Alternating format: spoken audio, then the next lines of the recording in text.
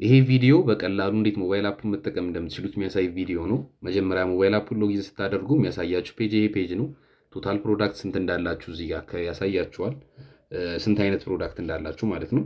እዛ እዚህ መሀል ላይ የምታዩት ኢንቨንተሪ አዲስ እቃ ሲመጣ የምትመዘግቡበትና ያላችሁን እቃ የምታዩበት ቦታ ነው።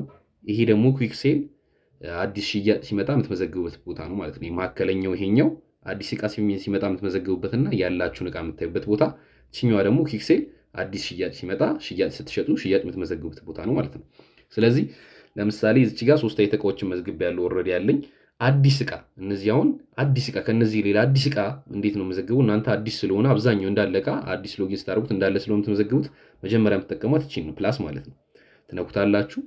ለምሳሌ ስልክ ቤት ከሆነ ሳምሰንግ A53 እንበለው ለምሳሌ እዛ ለምሳሌ 20 ሺህ ብር ተገዛ። እዛ 22 ሺህ ብር ይሸጣል እንበለው ለምሳሌ እዛ 3 ፍሬ አለ። አርቱ ካርት ትሉታላችሁ። ከዛ በኋላ እዚች ጋር ካርት የምትሏን ትነኳታላችሁ። ኮምፕሊት ሴል ኮንፈርም ትሉታላችሁ። መዘገባችሁት ማለት ነው። እንደምታዩት ሳምሰንግ የ53 የሚባል እቃ አለኝ። 3 ፍሬ ነው ያለኝ። 22 ሺህ ብር ነው የሚሸጠው ማለት ነው።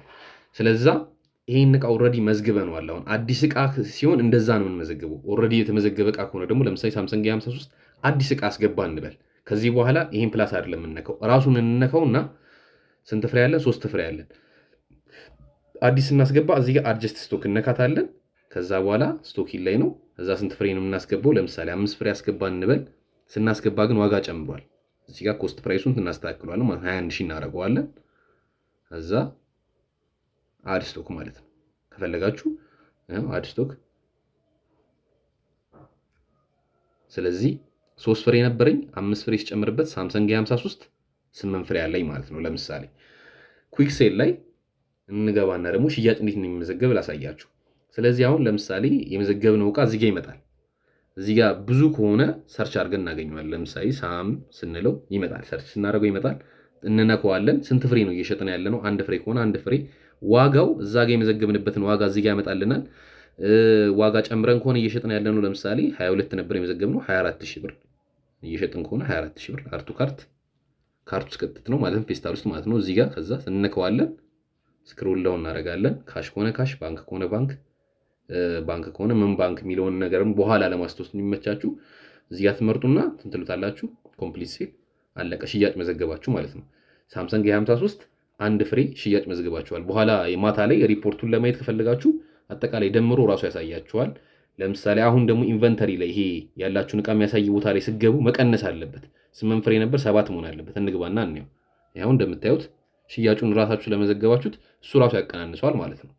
አንድ እንድገም። ለምሳሌ ሽያጭ ላይ ስንመዘግብ ራሱ የ53ቱን በ22 ሺህ ብር ራሱን ስንሸጠው እነካዋለን። እዛ በኋላ ስንት 1 ፍሬ ነው በራሱ ዋጋ ይሁን አድ ቱ ካርት ውስጥ ገባን። እዛ ስክሮል ዳውን አድርገን ኮምፕሊት ሴል እንለዋለን ማለት ነው። ደን ስለዚህ ሸጥ ነው። እንደምታዩት ሁለት እንትን ሽያጮች አሉ ማለት ነው። እዚህ ጋር ሸን ሴል ስለ ያመጣላችኋል። እዛ ኢንቨንተሪ ላይ አሁን ስንት መሆን አለበት? 6 መሆን አለበት። እንደምታዩት 6 ራሱ ያቀናንሷል ማለት ነው።